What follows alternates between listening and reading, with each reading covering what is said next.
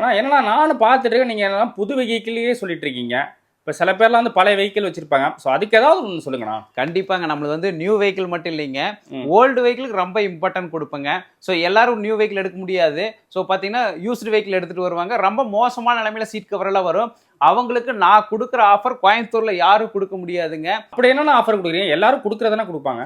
கண்டிப்பா எல்லாரும் ஆஃபர் குடுப்பாங்க. ஆனா நான் பண்ற ஒர்க்கோட ஆஃபர் யாரும் குடுக்க மாட்டாங்க. ஓகே. நார்மலா ஒரு ஓல்டு வெஹிக்கிள் வந்துச்சுன்னா வாட்டர் வாஷ்க்கு மட்டும் 500ல இருந்து 600 ரூபீஸ் சார்ஜ் பண்றாங்க. ம். நாங்க பாத்தீங்கன்னா ஃபுல் ஃபோம் வாஷோட சேர்ந்து ம். 1500 ரூபீஸ் ஒர்த்து ம். ஃபுல்லா ஃப்ரீ.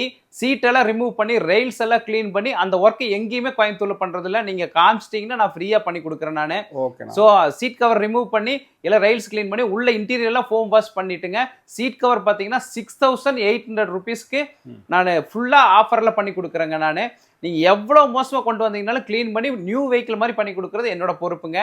பிவிசி ஃபுல் மேட் பார்த்தீங்கன்னா 2500 ரூபீஸ் சார்ஜ் பண்ணுவோம். ஸோ இந்த 2 ஒர்க் பண்ணாங்கன்னா கட்டாயம் வந்து உங்களுக்கு இன்டீரியர் கிளீனிங் வாட்டர் வாஷ் ஃப்ரீங்க. இது யாரும் பண்ண முடியாதுங்க. இந்த மாதிரி ஒர்க்கை சேலஞ்ச் பண்ணி நான் சொல்லுவேன், இந்த ஒர்க்கை யாரும் பண்ணுறது இல்லைங்க.